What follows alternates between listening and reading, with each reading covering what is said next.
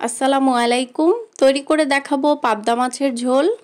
যারা নতুন রাঁধুনি তাদের কিন্তু আমার এই রেসিপিগুলো অনেক উপকারে আসবে। তো একটা প্যানে আমি প্রথমে তেল নিয়ে নিলাম, এরপর দিয়ে দিলাম পেঁয়াজ কুচি, রসুন কুচি। এবার পেঁয়াজ আর রসুনটাকে হালকা একটু ভেজে নিচ্ছি।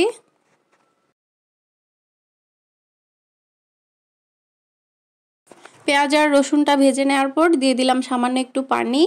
এরপর দিয়ে দিচ্ছি টমেটো। এরপর দিয়ে দিচ্ছি মরিচ গুঁড়া, হলুদ গুঁড়া, ধনিয়া গুঁড়া, লবণ স্বাদ মতো।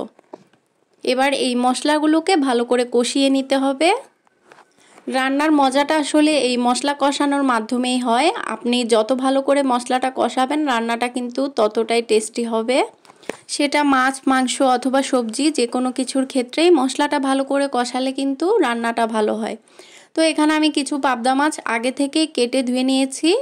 তবে মাছগুলো আমি কাঁচা রান্না করছি, আপনারা চাইলে আগে থেকে মাছগুলো ভেজে নিতে পারেন। যারা কাঁচা মাছ খেতে পছন্দ করেন না তারা অবশ্যই মাছটাকে ভেজে নেবেন। তো মশলার সাথে আমি মাছটাকে ভালো করে নেড়েচেড়ে মিশিয়ে নিয়েছি। খুব বেশি নাড়াচাড়া করা যাবে না, কারণ পাবদা মাছ কিন্তু খুব নরম হয়। মশলার সাথে মাছটাকে হালকা একটু নেড়েচেড়ে আমি 3-4 মিনিটের জন্য ঢাকনা দিয়ে দিয়েছিলাম। এবার এই মাছটাকে আমি হাত দিয়ে এভাবে একটু নেড়ে দিচ্ছি। এটা কিন্তু চামচ দিয়ে নাড়ানো যাবে না, এতে করে মাছগুলো ভেঙে যাবে। তো একবার নাড়াচাড়া করার পর আমি আবারও ঢাকনা দিয়ে আরও 3-4 মিনিট রেখে দিয়েছি। এবার আবারও সেমভাবে হাঁড়িতে ধরে আমি মাছটাকে একটু নেড়েচেড়ে দিব। এতে করে মাছের নিচটা লেগে যাবে না। এরপর দিয়ে দিচ্ছি পানি। পানি দেওয়ার পর আবারও সেমভাবে আমি হাঁড়িটাকে একটু নেড়েচেড়ে দিচ্ছি। এরপর আবারও কিছু টমেটো দিয়ে দিচ্ছি। আর মাছের মধ্যে টমেটো যত বেশি করে দেওয়া যায় মাছটা খেতে কিন্তু ততটা ভালো লাগে।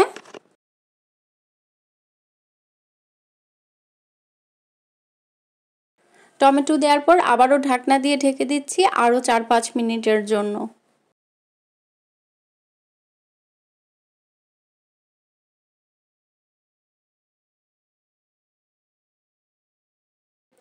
তো ফিরে এলাম 4-5 মিনিট পর। এর মধ্যে কিন্তু আমার মাছ রান্না হয়ে গেছে।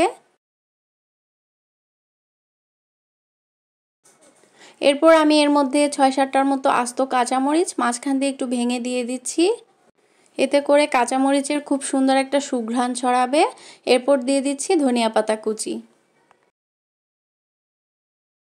ধনিয়া পাতা আর কাঁচামরিচ দেওয়ার পর আরও 1 মিনিটের মতো রেখে দিলেই কিন্তু তৈরি হয়ে যাবে আমাদের মজাদার পাবদা মাছের ঝোল।